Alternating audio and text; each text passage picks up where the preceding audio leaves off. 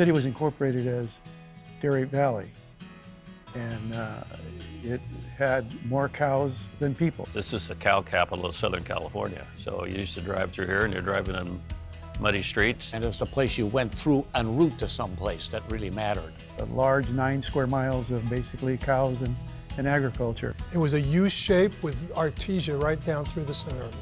I love it. There were more, cows and chicken than people, and looked like the country style. When my kids were little, I would take them out to see my parents out in Hacienda Heights. They'd be coming home and they go, "Hey, Daddy, we're home, huh?" Because they could smell, they'd be laying down, they could smell the cow dung. The air doesn't smell that clean, okay? It smelled bad, dude. Me and my friends, we do BMX type biking. There was a large mountain that we used to frequent over there in the industrial park. Come to find out years later, it was a mountain of manure. But still, I think that time Cerritos we knew would be a very, very beautiful city in the future. When the dairy farmers were here, we had a city manager, a really terrific city engineer. I can't compliment Bill Stuckey enough. And 1 or 2 other employees. I mean, that was it in a little building on Pioneer Boulevard. The former city council met on Thursday mornings at 10 o'clock. And at 10:15, the meeting was over. That was it, because there wasn't that much to do. It was transitioning from an agricultural dairy community to a suburban community. It was one of the last areas on the LA County line that hadn't grown into a residential community yet. It was the first 5 or 7 years from 69 to 75, all kinds of changes taking place, obviously, going from a few thousand people and 60,000 cows to the cows are gone. The property is being developed residentially. The streets that used to be 30 feet wide at the most, with a ridge in the middle and drains on the side, and water lines were installed, and it became a city.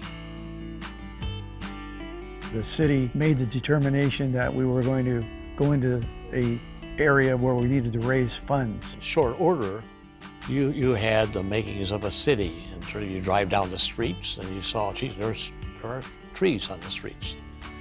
And the idea of having parks every place and opportunities for, then to have a library. The city was incorporated as a no property tax city. How are we going to raise money? We can't tax the homes because that's the property tax. We can't tax the businesses because that's a property tax. So what's left? There's only 2 big things in your portfolio. One is your home, the other is your automobile. Well, if I can't tax your home, that leaves one. And that's how we got around to the automobile. Well, I give Gaylord Knapp the credit for the concept. Gaylord was a great governmental person that had an entrepreneurial spirit. Very knowledgeable, hardworking, dedicated guy. He became a very tough negotiator. A lot of these dealers were that close to losing them, and my savior was always Ken Brown. At times, I think Gaylord had a hard time understanding that there wasn't anything really bad in being fair. You don't have to win everybody. When he had an idea, it was Gaylord's idea, and Gaylord was going to make sure it was going to be successful. He was tough, but what a vision the guy had. He was on the forefront of all that, creating a redevelopment agency and see how you could use that to make your city a better place. Even when he was no longer with the city and he was at Lake Forest, always identified with Cerritos. So if they were going to retire his jersey, it'd be at the city of Cerritos. After the city made the decision and the city council supported going after developing an auto mall, we had several people on city staff that were key in that. Gaylord Knapp hired me, and he basically said you have 3 jobs to get done while you're here. Job number 1 was to expand the redevelopment project areas, to write the general plan for the city, and to develop what he called an auto mall. And no one really knew what an auto mall was, although he felt that he wanted to generate a revenue-producing commercial area that was equal to or greater than the Los Cerritos Center, and to get rid of the cows. He saw that the only way to go forward was to have the cows relocated. We had 2 dealerships selling just a few cars a month. S&J Chevrolet and Jim Snow Ford. They're both on South Street, but they were blocks and blocks away from each other. He saw the revenue that S&J Chevrolet was generating for the city, and they were a small operation at that point, so they weren't, doing what dealers do now. He also had seen what dealers were doing elsewhere, and so he said, go find the dealers. And I said, what do you mean go find the dealers? He said, convince them that what we are going to do is going to benefit them, and if it benefits them, we will generate money for the city. The economy when we started this in the middle 70s was in the doldrums, and we needed to do something because there was no dealers willing to move. So when the idea came up with this 5 acres and 10 acres and anything in between. They received an opportunity to buy the property, and with the property they would buy, they did not have to pay interest on the loan. We went to S&J Chevrolet first because we knew that if we could get one dealer over here, the rest of the dealers would come. S&J was not prepared to move quickly. We decided we'd look for other dealers first.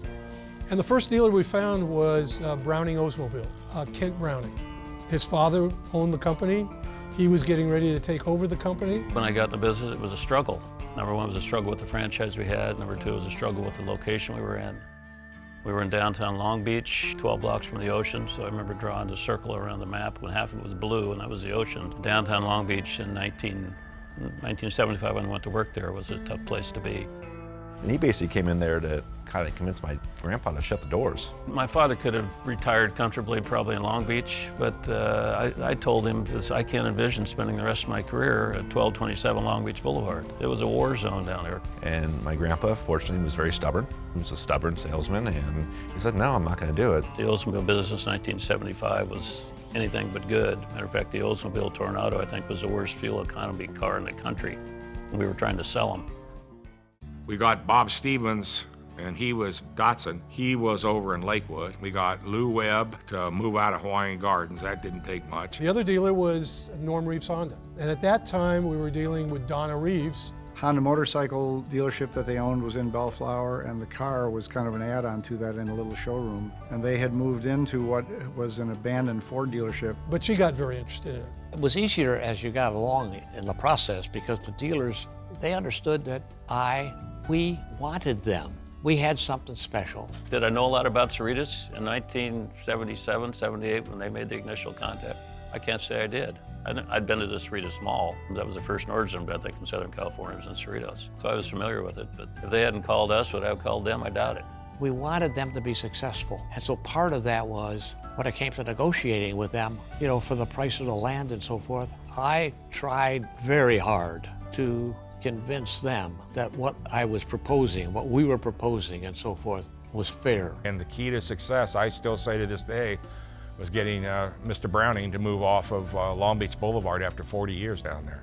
And he had my older sister really, really young, so he was away working hard, just trying to make the business survive. And when this opportunity came up, they pounced on it pretty quickly. It was a big risk, of course. When you're making no money selling cars and you got to spend anything for land, for my father, it was a big number. For me, it was a big number. I had to figure out a way to pay for it. And the city, they carried the purchase price back interest-free for 4 or 5 years. Instead of just being on Long Beach Boulevard, or Bellflower Boulevard, we're here on Studebaker. All of you within this 100 acres that I got.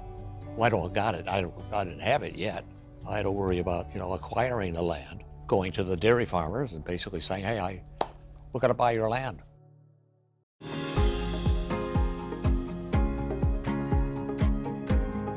There was 100 acres of dairies on these 2 streets, and we wanted to put in curb, gutter, sidewalk, etc. So we bought the property piece by piece. We are knocking on dairy farmers' doors. And I didn't really understand about cows and anything. I did go to their barns with my suit on and so forth. Yeah, it wasn't a hard sell to them, but it was more what they could negotiate. And they didn't deal with lawyers. And so here I am, this young kid knocking on the door and saying, I want to buy your land. The Auto Square was this close to becoming an Arnold Palmer pitch and putt driving range. I mean, they were still dismantling the dairies the first time we came out here. I mean, we built on a dairy that was owned by a gentleman named Jake Knievelbard. Mr. Knievelbard was the one negotiating with Arnold Palmer on the pitch and putt. I think he was the spokesman for maybe for the dairymen. I don't think he was the biggest landholder. He was a true dairyman. He loved his cows. On one occasion, he invited me over, had me come in his house and put on these rubber up to the chest boots. And he said, I want to show you my property. I want to show you what you're buying from me. And he took me out into the pastures of these cows.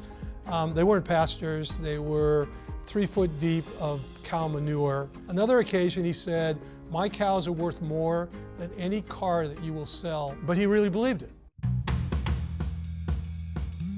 Dealing with the dairymen, God bless them, only talked to them in the morning and only at 10:30 because that was in between the milkings. And at that time, selling their properties meant that if they didn't want to sell their property, we would use eminent domain and condemn their properties. So this was a pretty aggressive move on the part of the city. However, I think the dairymen were as smart as we were in that they saw the potential value that their cows were to us. We were fair, and I will use that word frequently and had an instance later on with the General Motors people of this understanding of what it means to be fair as opposed to grinding. We had a couple of friendly eminent domains, but that was all what's called friendly, where both sides agreeing, but no, there was no hostile. It was all done because we paid the right price that they wanted. They didn't sign all on the dotted line at the same time. It went over a period of time. They were not required to leave. So as they wished to move, because urbanization kept encroaching on them, we would negotiate with them and buy the property. Most of the dairies moved out to Chino, so they got paid one time. They got to Chino, and Chino relocated many of them up to the San Joaquin Valley. So I think they were relocated 2 or 3 times and financially reaped the rewards of them having dairies and then ultimately losing the opportunity to have dairies in the communities they were in. The next order of business, believe it or not, was to figure out what the design of this center was going to look like. Back then, there was no real image facility for the manufacturers. Every dealer could kind of build what they wanted. Well, Gaylord's like, I like New Orleans. And I said, send me to New Orleans and I'll take some pictures and we'll get the design down. And he said, we can't afford sending you to New Orleans. I said, well, there's another place you can send me, and that's to Disneyland. I was sort of surprised at New Orleans thing because Cerritos is a long way from New Orleans. It was a little hokey, quite frankly. I remember asking someone from the city, what do you mean by New Orleans architecture? And the comment was, you go out to Disneyland and go to New Orleans Square, that's kind of what we want the buildings to look like.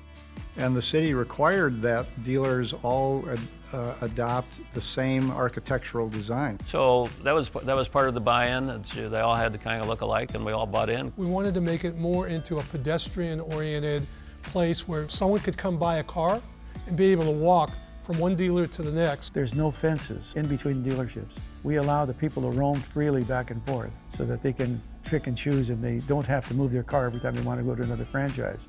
That was a big innovation. You could go to the Datsun dealership, and then if you wanted to go over to Oldsmobile, there was a driveway. You didn't even have to go out on the street, and you could drive over to the next dealership. There's a lot of landscaping along the street, okay? A lot of grass. There's a meandering walkway. It's not just a straight walkway. Required landscaping and beautification. That was also some big innovation. We tried to design it as if it was a residential community. It was a relationship location, and keeping that unique kind of friendly theme of the design of the buildings and the layout of the properties, I think that had a lot of influence to that, how a consumer or a customer feels as they come into the Auto Square. There probably is a little haunted mansion in everything we have here. This is originally going to be, rather than the Cerritos Auto Square, this is going to be the Cerritos Auto Emporium.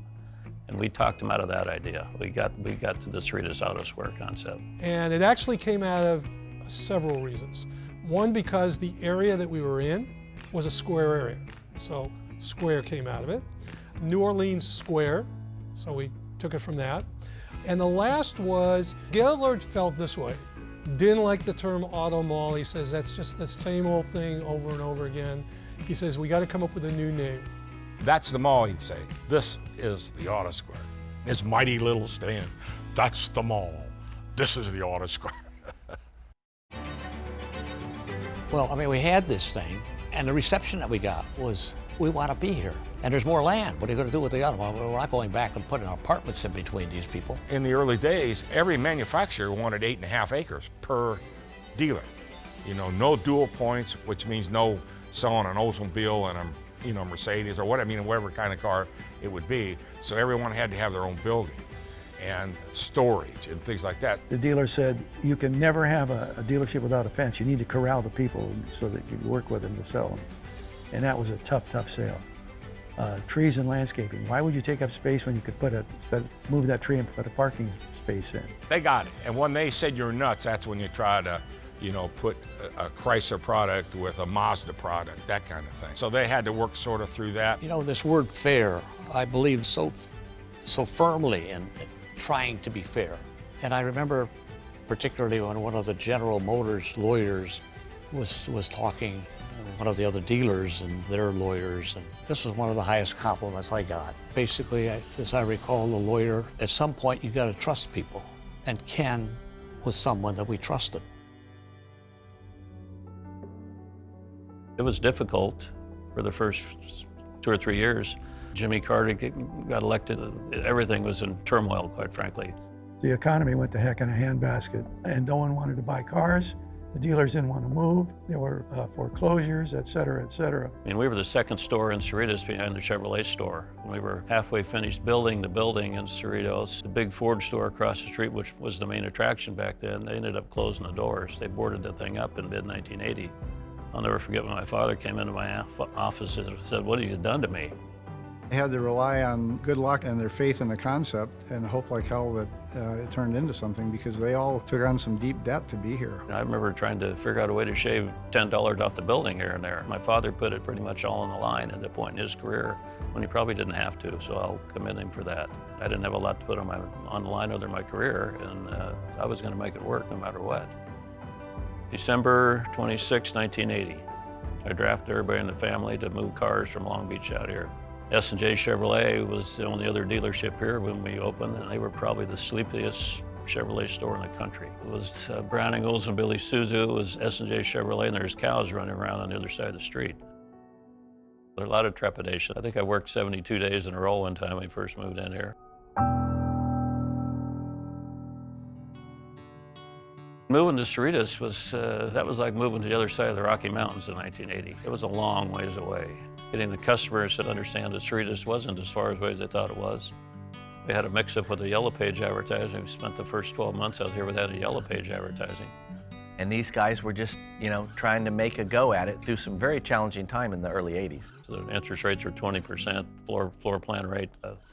Cars were glued to the ground, it seemed like. I used to drive on the lot and look at every one of those cars. It was costing $5 a day to sit there. And $5 a day was a lot of money in 1980. The trucks weren't selling very well, the Datsun trucks. And so they came up with a 8.8% interest on the trucks. Well, interest rates were 18, 19%, so 8.8 was just phenomenal. And we just, all of a sudden, we blew through all the trucks. First couple of years, we were making money, but we weren't making a lot. We were making enough to pay the interest bills, and I couldn't live on what I was making back there today for sure, but we did what we had to do. I mean, I remember sitting in a room with Donna Reeves. At the time, they were paying probably $1,500 a month for the location in Bellflower. There was no talk about Honda superstores or, Honda hadn't caught on yet, just like Datsun hadn't really caught on. I convinced Mrs. Reeves to take the parcel next door. But it was a bold move then to move to this new, expensive construction, fancy auto square. I think that she paid around $2.70 a foot for the dirt, which was a lot at the time. It's not much now. And I think the construction was several $1 million. I mean, it was a big decision for some of these dealers that, had their small place, they're making a lot of money, no overhead, and all of a sudden it's like, wait a minute, it's gonna cost what to build? What? My overhead is gonna be what? All these were big, bold moves to come to this auto square, which was really, at the time, a complete experiment. When the auto square started filling up, when the Toyota store moved from Hawaiian Gardens, when the Honda store moved in here, it became the place to be as far as selling cars in Southern California. The Cerritos Honda store is the #1 Honda store in the world. They sell several hundred cars a week out of this franchise. Coming up with the concept and doing what we did and moving her to the 5 acres was another blessing that occurred. We have something that we didn't understand how successful it was going to be. We had big openings with each of the franchises. Well, this dealership was actually built in, or the grand opening was 1982, so it was a little over a year before I showed up. And there were still many photos around of the gala opening, and it was a Mardi Gras themed big time party that Donna Reeves put on, and all of the Reeves girls, all 3 girls and Donna were all in terrific costume. It was a big, big deal, and that was the way I think several of these deals opened, you know, to big review. One of the biggest ones we had was Lexus. It's owned by a gentleman by the name of Lou Webb, who passed, God rest his soul. He was just a real gentleman. He put this giant party on for everyone in the community, and it was black tie, and it was quite an event. You know, we had the growing pains. I mean, Cerritos had a very restrictive sign ordinance back then. The next big battle was the sign, advertised at Cerritos Auto Square. Oh my gosh. They were very hesitant to put the Auto Square sign up. We had height restrictions in the city, you know, and I obviously strongly supported it because of what do you got this beautiful Auto Square? You don't want anybody to know it's right on the 605 freeway. We basically told them we had to have some flexibility to put up a sign to say that we're here selling cars. There was a lot of environmental folks that were upset about it. But at the end of the day, that, again, made the difference. I mean, obviously, the people that live on the other side of the Auto Square, you know, we had to deal with test driving through the neighborhoods, okay? Big issue. You got more traffic, and it's neighborhood traffic, and you got little kids and noise from the Auto Square and how you deal with that. You know, we did all the normal things that you had to do, but at the end of the day, everyone seemed to come together or rally around it. And then we said to them, if you come here, you must belong to an auto association. Well, that was just taboo. Well, they're pretty independent dudes, right? I mean, they're very independent. They like to do their own advertising, do this. The city had CC&Rs, which exist yet today, that required monthly meetings of the dealers. It required a combined association advertising budget on a monthly basis. And then they could go do their own thing, but as an Auto Square, so that we started off as Cerritos Auto Square. We all bought into the concept of getting together as a group of dealers and advertising Cerritos Auto Square as a place to come. They formed their own association out there.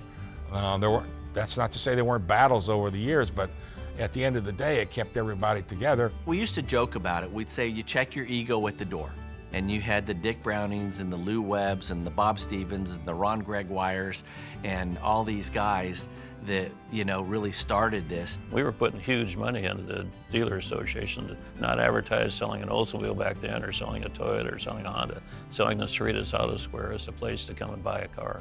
These guys, they really had a sense of camaraderie, and as much as they wanted to beat the guy next to them, they also realized that everybody succeeding was better than just one person succeeding.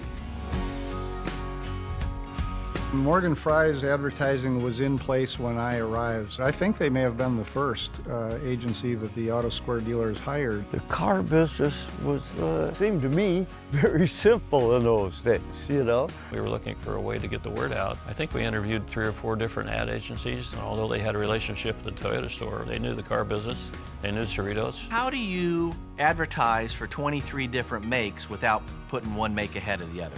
You know, that was the challenge. Who are the customers, you know, and what are the majority enjoying in life and things, because they're all buying cars. You know, Vern, it's hard to be upwardly mobile, especially when your car won't start. 605 Freeway at South Street. Ernest was one of the best ad campaigns this Auto Square ever had. It was the general manager of the Nissan dealer. A guy by the name of Steve Kinney, I think, had some knowledge of them. My creative director comes in with this tape of Ernest and Vert. And I'm going, oh boy, here we go again, Scott. Didn't you see James Spann's pinpoint weather forecast on Channel 4? Golly, Bob, howdy, Vern. That James has got him a computer. He's calling for a 50% chance of rain. There was about 6 dealers, I say, and we took it in there, and Scott, he said, this is gonna work. Yeah, I can imagine the first time we saw Varney, he said, who is this nut, you know? And we probably had to go home and think about it.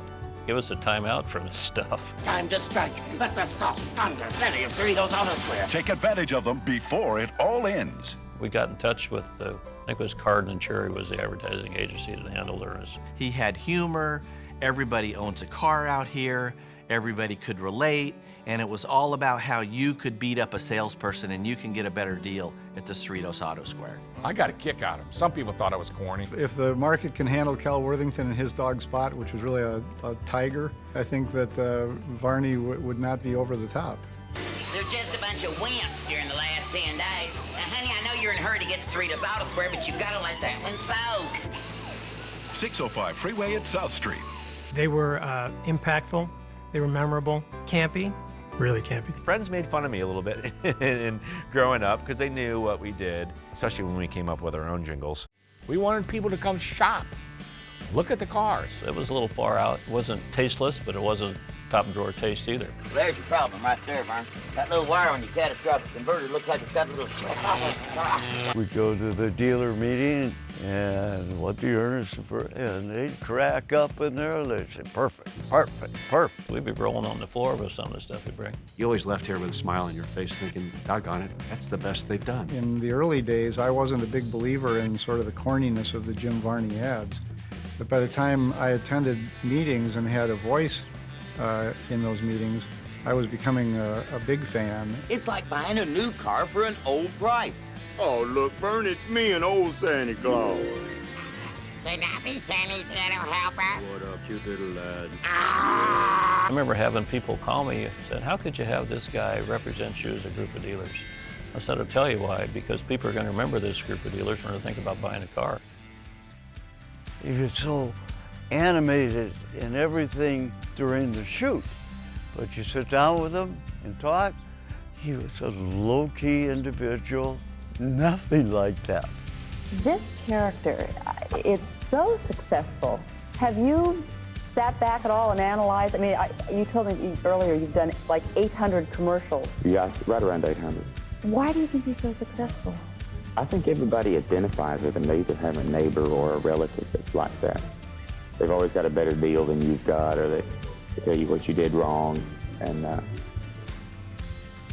so I think everybody knows him. It's the only instance I can remember where you would make somebody a star from being an auto pitchman. He grew on Disney, ended up becoming a Disney star. Maybe it's because of the Cerritos roots as being Dairy Valley, we locally here identified with it. Right when we were splitting up from the Auto Square, and Kent Browning was the president. Kent and I got along well, and he said, did you know that Jim Varney's got a real problem, lung cancer? I said, no, nobody told me. They didn't want to get rid of him, but they had to, so they had to go because he couldn't do it anymore. He honored his commitments to us for a long time. He unfortunately passed away at an early age. Definitely was a great actor and a great combination for the Auto Square. He helped build the brand, which is Cerritos Auto Square.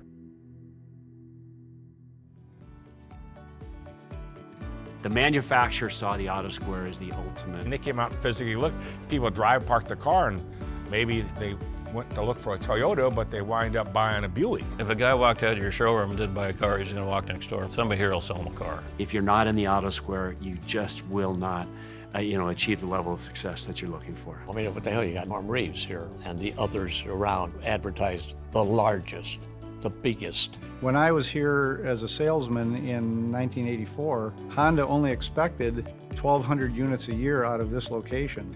So think of the surprise they must have experienced when we drove it to 2,000, 3,000, 4,000, 5,000. And other people recognized that I want to be part of that also. B-level brand that Mazda was, they weren't Ford or Chevy. They were fighting to get into the square. 3 years ago, we did 10,013 new Hondas out of this one dealership. My job as a very young lad, as a 24-year-old guy, was looking at opportunities to bring Mazda brand into the Cerritos Auto Square. Official entrance to Cerritos, California, Bobby Knievel. It's a dramatic entrance for world-famous motorcycle daredevil, Bobby Knievel. I was asked to prepare a plan that I think Robbie Knievel used in an effort to perform his famous jump here at the Cerritos Auto Square. 1992 in February, and Jack McDonald was the general manager working for my uncle at the Datsun dealership, Nissan dealership. You know, he was a promoter, and he knew if more people came in, then we'd sell more cars. And he talked Robbie into doing this jump, and the way it worked was he was going to start right at the street by the flagpole and come through the service drive, and then he was jumping over Nissan pickup trucks. I think there was a lot of pushback on that, to be honest, because I think the dealers were worried about something going wrong, and I think they were also worried about the way it would close the traffic to the square. You know, it was really quite a spectacle, right? The day of the jump, and when he went through the service drive, the concrete was not very clean, and he didn't get the traction that he needed to get to the speed that he needed. Robbie Knievel today is recovering from a motorcycle mishap. The son of the legendary daredevil Evel Knievel yesterday attempted a world record leap over 25 pickup trucks. He failed, however, to gain enough speed to complete the 180-foot jump. I remember that he crashed, got carried away in an ambulance, I think. Fortunately, the only thing that he had was some splinters, all right, where he'd slid into the second ramp. Deep in the back of my mind, I wonder if my plan had anything to do with it. We had fences around our area because we had to make it clear for him to jump. Well, all other people went into the other dealerships and they had a great weekend. Our weekend was terrible. I understand why the Cerritos Auto Square is #1, and it largely has to do with its location. The geography is part of the biggest success. People ask where Cerritos is, and I go, well, it's halfway between the ocean and the mountains, and right between Orange County and LA County. I haven't heard a population count recently, but there were something like 7.5 million people within 25 miles of here. That's a jackpot. And guess what? They all need cars. In normal times, people still drive all over Southern California to save $50 on a Saturday afternoon. But we give them an opportunity to see 6 or 7 and 8, 15 different brands in one location. I still think that's a drawing card. The geography is not going to change. There's always going to be great traffic, but the importance and the magic for the future is that the dealers continue to understand and respect the importance of working together. Remember I said the most important thing we did was set up an association. The magic of Cerritos Auto Square is when everybody gets together in the meetings that we have and gives input. Number one is good people. They're friends of mine. Number two, you learn a lot. It's business, it's pleasant, it's enjoyable. The dealers share, they drop their guard. We're not competing when we're in the room. We work together to try to send out a consistent message. The history of those meetings and thinking back to the iconic guys that were in those early days. I'm the last of the Mohicans. Nobody's been here longer than I have. I've seen 30 different owners probably over the years. And egos have always been part of being an auto dealer, right? But when you'd get to the Auto Square Association meeting and people would walk through that door, every single dealer, in spite of their personal success and wealth, parked their egos at the door, and they came in and met as equals for the benefit of the Auto Square. I attend quite a few of the meetings. When they need something, I come to the meetings. We have a staff member that comes to the meetings from the city. We're not necessarily perceived as an outsider. We're considered to be part of the group, and it's always been that way, so we appreciate that. It's been a big chunk of a lot of dealers' ad budget for years. There's always been a tendency by one or two to say, why do I need to do this? Well, I think we're all in or we're not all in. If somebody elects not to get in, I'd hate to think the thing might fall apart, but it might. We are able to leverage the marketing dollars that we all put together and also the marketing dollars that this store puts in on their own behalf.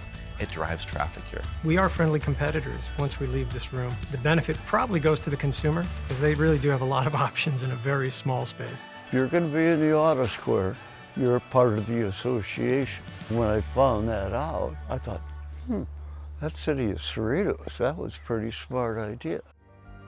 The Auto Square has become an entity in its own right, and it is a brand, and it's a recognized brand. If it wasn't for the Cerritos Auto Square, nobody knows what Cerritos is. When we came up with the name Cerritos Auto Square, and when that sign went up on the freeway, everybody knew at that point what Cerritos was, where it was, and that it was a community to be reckoned with. I mean, we've been on South Park episodes, we've been on Simpsons episodes. There is a current Star Trek series, and I think one of the ships is named USS Cerritos. I think it has ties to the Cerritos Auto Square and its popularity. That shows the depth that this brand and this association of rivals, quite frankly, but we get together to make it happen together. And hopefully one day I get to ride it. The manufacturer always has a different perspective than the dealers do. They don't really understand what happens there, they just know it does. So we were the first facility to rebuild to Toyota's current image. So we were the location that Toyota would send Japanese executives, dealers wanting to visit an automotive environment. They use their dealers in the Auto Square as kind of an indicator of what's going on in the whole market. Most of the dealers today are requested by our manufacturers to let them know, hey, how did the Square do this weekend? I measure this store 3 ways: Honda's district numbers, Honda's zone numbers, and I also measure it in the Auto Square numbers. It's that big of a deal. There's a level of expectation within our company about being in the Auto Square. I'm the only Ford store within Dave's group of dealerships with Norm Reeves. I get compared to every top performing Ford store in Southern California, as I should. But many times our conversations have concluded with, well, you're the only one in the Square.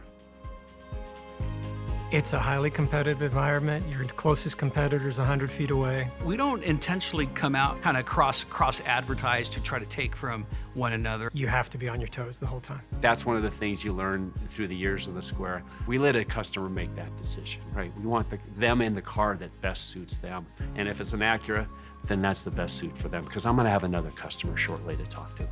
So you have more dealers in the same area, not compete to each other, actually help each other. We do look out for each other when the unfortunate times when there's thefts and stuff, we tell each other. Very important, and we take seriously the responsibility to have a good reputation for the benefit of the other dealers in the Square. And I expect that of them. Once saw a guy from X store driving 110 miles an hour down the freeway in a brand new car. I called the GM and he was grateful that I made that call. I would be really angry if somebody did something that got them in the news, some illegal business practice or something like that, because I don't want my dealership associated with that. I don't want the Auto Square's wonderful image tarnished in any way. We have each other's cell phone numbers, we make phone calls, refer each other customers that want, someone wants a Jeep, they refer them to me. If someone wants a Kia, I refer them to Herbie down the street. May the best man win, the best car sell, but there's enough business for all of us. It's a small city, but you know what? That's where the partnership comes in. The city knows the tax revenue from the shopping mall and from the Auto Square helps make them successful. Oftentimes, it's a great relationship. There's times where they try to push the envelope, but at the end of the day, it's a very productive relationship. Through our dealerships, as an example, we reserve money out of every car sale that goes into a fund which was specifically created to support public schools. And the city has been helpful in us gaining parking and helping us work with Edison on lots, and we have a great relationship with them. We are their partner. When they make money, we make money. And we still need to make that money to pay for law enforcement. We still need that money to pay for water and sewer. At an early age, we're taught, and the planners that were there before me, the planners that will be there after me, all understand the importance and value of the Auto Square. Cooperation between the dealers, the city of Cerritos is residents. Residents here try to support the Square. It's a team effort. They don't come asking very often, but there is a lot of participation. When the city has an event, if it's a 4K or 5K running event and they look for sponsorship, the dealers are always quick to jump in and help out. We have our performing arts centers the shows are about to start. The Dealers Association just contributed $10,000 to offset one of our shows. I was involved in the Cerritos Center for the Performing Arts, the Friends, and what we would do is we would gather money and go send school buses to ABC School District, bus the people in so that they could see the performances, because a lot of these kids, they take away the arts programs and things like that. We're big on contributing toy drives, etc. Anything that might come up, they'll reach out to us. They understand and appreciate the businesses as well as the residents of the city. They work very hard at it, they really do. And for such a small city, they punch way above their weight. It's pretty amazing how auto dealership sales have changed over the years. And Cerritos Auto Square has followed those changes. The New Orleans retro look was very dated. It was time to upgrade the store. They were very proud of their New Orleans themed architectural design, and they didn't want to go away from that. And for a period of time, when Honda was coming to us and saying, we want you to spend $5 million remaking the look of your dealership, we could hide behind the city's requirements and say, not allowed. It's people, place, and process. Place is very important. It was Dave Conant who finally convinced Art Gallucci that, look, the manufacturers have a specific look. It will work with the area. It's very appropriate. Explain to them the importance of us being part of that wave and that new look. And they quickly reversed their position. The majority of that was done in collaboration with the dealerships, the owners, the general managers, to ensure that we established a very architecturally pleasing aesthetic. I think Gaylord, if he were around today and he was looking back, he'd probably want to know why the New Orleans style has not endured. If you look at a couple stores, you can still see the old mansard roof behind the new facade. Not only are these nice, well-run dealerships and businesses, they look good, they are good. So people do still shop cars. Is it as much as it was in 1990? No, way different. There's so much being done online that there's a virtual experience of your own dealership. People come in now, they know exactly what they want, they know exactly the options they want, and they'll know exactly how much those options cost. And you better not try to pull it over their eyes. So when they come down here, you need to understand where they're at in their fact-finding, in their investigation, connect with that, complement that, and then bring them into the showroom experience. The Auto Square has been progressively becoming more and more current, right? The Auto Square was a magnet for people to drive miles and miles to reach. Now we reach out miles and miles to people. I will say a lot of people come still kick tires. Drive into my Acura store, I'm gonna drive a Acura MDX. So you know what? I really want to go drive the Lexus RX 350 across the street. So there is still that value. So the people that do business here are really well cared for and treated with a great deal of respect. And I think that is a great asset for a community to have a group of dealers like that.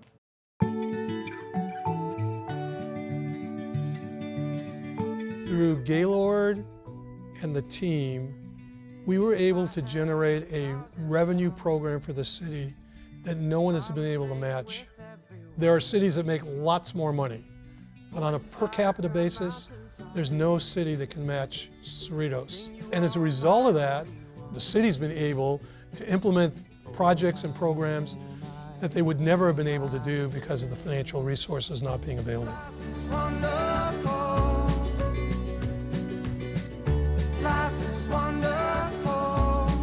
That sales tax revenue, that's a major part of the budget. I mean, that provides for library and police and planning, and parks, the kind of programs that we had for parks and for children, for goodness sakes. Those weren't possible unless you have the revenue from it. We wouldn't have 26 parks in this city without the Auto Square and the mall.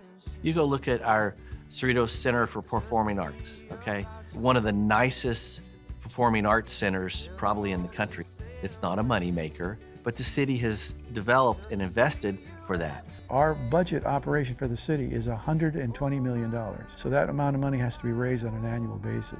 The dealers contribute to about 12% to 11% of the entire operating cost of the city. The most important one is that of law enforcement, and they essentially cover that entire cost. There are more cars being sold today than ever before. As long as those cars keep selling, that means more tax for the city. More tax for the city means better services, better facilities, better parks, more amenities, a lifestyle that everybody enjoys. But I think that the most important thing not only is tax generation, but job creation. Yes, it's our largest employer in the city. I believe that in UPS. We have almost 5,000 employees that are employed by the dealers within the auto mall. We employ 1,400 people through our dealerships. If you think about the number of people who report to work here for good paying jobs with good benefits and good security, and all of the people in those homes that they go home to and the mouths that we feed, there's a lot of benefit that flows into the community. We have employees in this square and team members that the effort that they put in, it's not a casual effort. They work very hard to produce the results they do. All of that works together. It's harmonious. The number of employees are critical. It brings jobs to the region, and the region is important, so we provide regional work. We get the sales tax, but the entire region gets the regional work.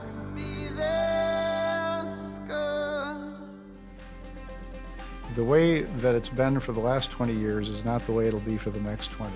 I hear from time to time new dealers coming in, some buildings being sold, new dealers taking over those buildings, expansion of brands. So it's constantly growing, and it will constantly grow in the future. Who would ever thunk it when we started out in this thing that we'd have all these foreign cars in here? I mean, all the other ones that are gone. You know, Dick Browning brought his Oldsmobile. That was the key to success, but long gone, right? One of the problems at the end was we didn't have any more land. That's all there is. We try to expand the surrounding area, so we'll welcome new dealers come to Cerritos. We recently approved an overlay zone which extends the Auto Square further north. Dealerships will shrink in size. I think that the transaction cycle time will become much quicker. More people will have more of the transaction completed before they come in for delivery. I think there's also an interest and perhaps a need for dealers to start looking at infrastructure to support electronic vehicles. We're a very resilient group, and if we are given information by our manufacturers, and if we remain students of the market and students of the industry, we can make these adjustments. They're not going to happen like that. They're going to happen a little at a time, a little at a time, a little at a time, and it may be a faster and faster and faster change pace-wise, but these changes are all manageable, and they're things that we can function through and succeed through. We'll succeed better if we work together. I think they shouldn't take it for granted. The square is an effort. It's not going to function without their effort, their cooperation, and participation. This will never end. This is a program that was started almost 50 years ago and will continue being what it is 50 years in the future with different technology, with different designs, with different vehicles, but it will be here forever and ever. I had a chance to be part of the development of a city. That, I think, is the legacy that we all leave behind. It's not necessarily everything that we've accomplished in our careers in the form of building awesome developments, designing great projects. At the end of the day, our legacy is what we leave in the form of the education and training for future generations to take advantage of. It was a challenge, but it was exciting to watch happen, and lucky enough for me to be part of it. The thing that makes this business model so successful is the relationship with the city. You know, whether it was Gaylord Knapp or Art Gallucci or Don Knabe, you know, they understood that we're a business and there's certain needs that we had, yet there was needs that they had to deal with from the citizens and the people that live around us. This would not be as successful as it is today if the dealers didn't work together. It's the only auto square I can point to where there's a combined effort by all the dealers to maintain a message, consistently maintaining a message. It's important to be inclusive when you're trying to create something and to work with them on how you create that. And then you, as a legislative body, you have to be very disciplined to stay with that program. The rod and comfort in that thing was Gaylord Knapp, you know, forcing us to really be disciplined, not to stray from the plan. And again, I don't think any of us had the idea how successful, how big it was going to get. You know, there's been times it's done $1 billion a year in sales. I mean, this little old city of Cerritos, who ever thought that, right? We have a #1 auto mall in the world, so you talk about that, you are very proud of it. People that come back, that come from up to 200 miles away to buy another car for their son, for their cousin, trade in the car that they bought from here, and they travel all that way to do that here at the Auto Square. The dealers have to be thankful for that too, that they didn't walk away, because they all hit home runs. It allowed my family to have a great, legacy, and we've employed thousands upon thousands of people. We have people that were working in our store. We had one guy who just retired last year that actually worked on Long Beach Boulevard with us. Being a dealer, I will tell you, it was the quality of the people that started the Dave Conitz, the Kent Brownings, the Lou Webbs, Bob Stevens. They were truly the best in the business. And for them to have concentrated in this area, it was their foresight to decide that, yes, this is an idea that has legs, that will work. But it all started with the group of dealers themselves. I think the magic has been that we as a group of dealers got together and recognized that we had a rare opportunity here. Did any of us know it going in? Probably the guys that came in later on saw what a successful concept this was. From the moment that I first saw the square, I always knew that I really wanted to be part of its long-term future. And when I wasn't here, I longed to get back, and I always thought of it as hallowed ground. One time I remember having a conversation with Dave Conant, and I asked him, I said, what's the secret to your sauce? You know, why are you so successful? Why were you so successful as a salesman? And he said, just being genuine and being personable and really caring and listening to the customer. I was at a Honda ad association meeting where all the other Honda dealers were gathered, and Penske's store is right up the street from us, about 5 miles on Studebaker Road, same street. And the general manager at the time was a guy named George Luca. George, since we were kicking his butt so hard every month, decided to try to embarrass me in front of all the other Honda dealers. And he said, "Hey, Conan, I hope you worship the ground in the Cerritos Auto Square." And I said, "What do you mean?" He goes, "It's so easy to sell cars in the Cerritos Auto Square." He said, "Anybody could do it, you know?" And I said, "Well, George, it must be really tough working under that Penske logo as well." But I said, "Actually, the truth is, if you come to Cerritos, you'll see lip prints all over the parking lot next to my parking stall." I do kiss the ground every single day. If the jingle's good, you're going to remember it, which means you remember the name of whoever is the advertiser. You tell somebody, "Where do you work?" I go, "Cerritos," and then they sing the jingle. They know it. They've heard it. You know, that really is the magic. You sing the jingle for me? You know the jingle? If I had music and if you were to lead me with I'm not a very good singer, but I do recall the jingle. You guys are big on your jingles here. Yes, we are big on jingle. What's the latest one? You got it? You know it for me? It's simplified. I can't sing the jingle for you anymore. I can't. We just changed it. It's simplified, and I don't have it on the tip of my tongue. I'm sorry. I'll give my dad a lot of credit. We did not talk shop around the dinner table. My dad was home for dinner, unless there was an obligation, work obligation. He was home for dinner every single night. One thing I do remember is we came up with jingles. If you bring it home from Browning. What's the other one was? Is Browning the best? Boy, I guess. This was back in the day when radio was really big. You know the jingles off the top of your head? Well, I'm not a singer, but I do know them, yeah. 605 at South Street. I was trying. I am not going to sing. I couldn't carry a tune if I had a bucket, but I know all the jingles, and you know, Just Say Yes, I think has been a great campaign. People still miss the old jingle. The jingle, what's the current jingle? I don't remember. Well, it's the same. It's yes, Cerritos Auto Square, right? Still, but it's more refined. Just say yes. Just say yes. Cerritos Auto Square. Bam. Yeah, I'm hoping to get someone to sing it for me. Don Kanabi did. 605 and South Street, Cerritos Auto Square. That's the old one.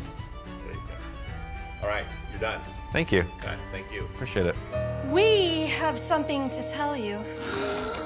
The Cerritos Auto Square sells more cars than anyone in Southern California, so their customers can save more. Great. Cerritos Auto Square. At Cerritos Auto Square's big holiday sale, a veritable extravaganza. Yes, Vern, this holiday season we have a lot to be thankful for. Shall I card? Well, let me lie.